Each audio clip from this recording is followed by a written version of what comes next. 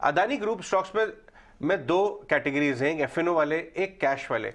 दोनों की चालें अलग अलग है, दोनों में एसेट्स क्वालिटी अलग अलग है, कैश फ्लो अलग अलग है, बिजनेस मॉडल्स ही अलग है। और ये रुचि बहुत है लोगों की, भाई एक तो ये कि जो लेके बैठे हैं कि भाई भाव नीचे आ गए, क्या मैं एवरेज करूं। दूसरों को ये लगता है इतना नीचे घट गया है, क्या मैं लॉन्ग टर्म इन्वेस्टमेंट के लिए लूं। कोई भी बिजनेस मॉडल, चाहे वो अंबुजा हो, पोर्ट का धंधा हो या कोई और, आपको लगता है कि भाई इसमें देखना चाहिए, अगर काफी अच्छे वैल्यूएशन पे आ जाए तो जरूर देखना चाहिए। आप क्या कहेंगे उन रिटेल इन्वेस्टर्स को?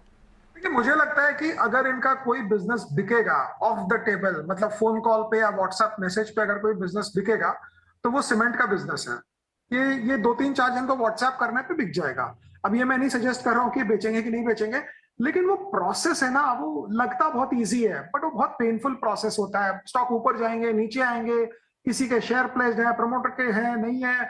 ये बहुत कॉम्प्लिकेटेड काम है। और बाजार में क्योंकि कोई भी इवेंट के कारण बाकी सब चीजें सस्ती हो जाती है, तो सिर्फ अंबुजा सीमेंट को भी अगर मैं देखूं, जस्ट फॉर थ्योरी, उदाहरण के तौर पर, वो अभी भी $150 ईवी पर टन होगा। एग्जैक्ट मुझे नहीं पता आज के भाव से क्या है।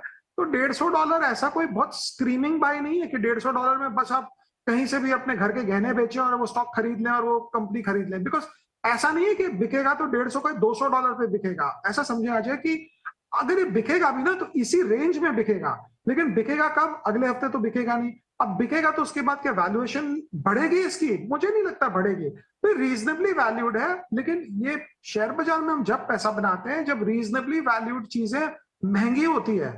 महंगा क्यों होगा? फर्स्ट क्वेश्चन इन्वेस्टर को ये पूछना चाहिए मेरे हिसाब से। अब महंगा होगा बट स्लो स्पीड से होगा, अपने फंडामेंटल्स के हिसाब से। इसके अलावा आपको कहाँ पे वैल्यू नजर आ रही है इस बाजार में बसंत? मिड कैप, स्मॉल कैप, जिस एरिया के आप महारथी हैं, वहाँ तो बड़े वैल्यूएशन घट गए।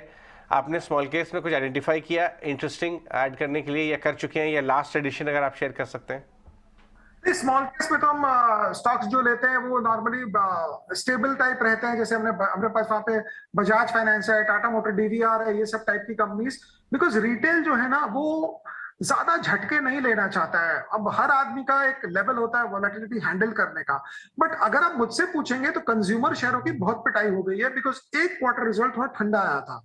बट अगर किसी का 1 ईयर व्यू है, 2 ईयर व्यू है, तो अभी अपॉर्चुनिटीज बनेगी कंज्यूमर स्पेस में।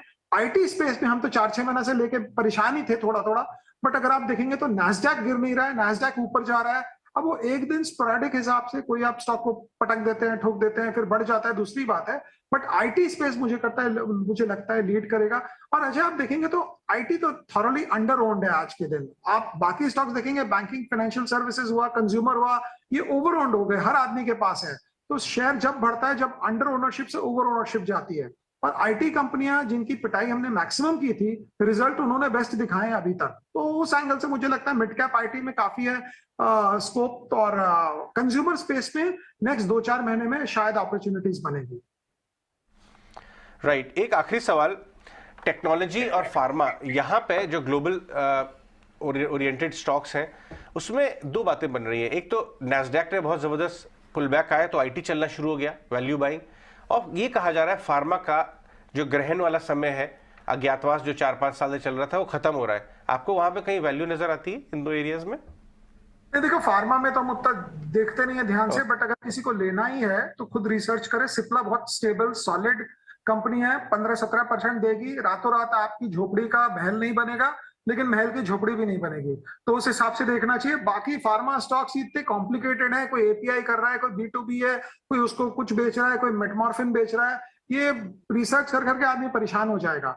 हाँ, but globally pharma perception trade में ज्यादा कम आता है, क्योंकि जब जिस साल फार्मा के स्टॉक्स बढ़ते हैं ना, वो साल ऐसी नहीं है कि इनकी अर्निंग्स डबल ट्रिपल हो जाती है। वो साल ये होता है कि बाकी सब जगह पिटाई होती है और आदमी सेफ्टी ढूंढने जाता है। तो अगर आप समझ रहे हैं कि ग्लोबली कोई खराब इवेंट आएगा तो फार्मा स्टॉक्स आपको ज्यादा रिटर्न बना देंगे।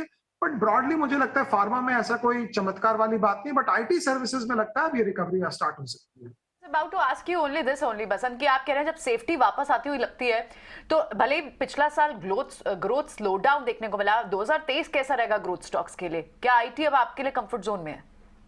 नहीं, 2023 मुझे लगता है अच्छा रहेगा। बिकॉज 2000 क्या होगा, मुझे नेक्स्ट हाफ जो है 2023 का सेकंड हाफ, वहां पे कहीं ना कहीं फेड आके रेट काटेगा, सपोज हम करते हैं रेट नहीं भी काटे, अगर वो बोल भी देता है कि भाई मैं रेट काटने का सोच रहा हूं, मार्केट एज्यूम कर लेगा सब कुछ हो गया।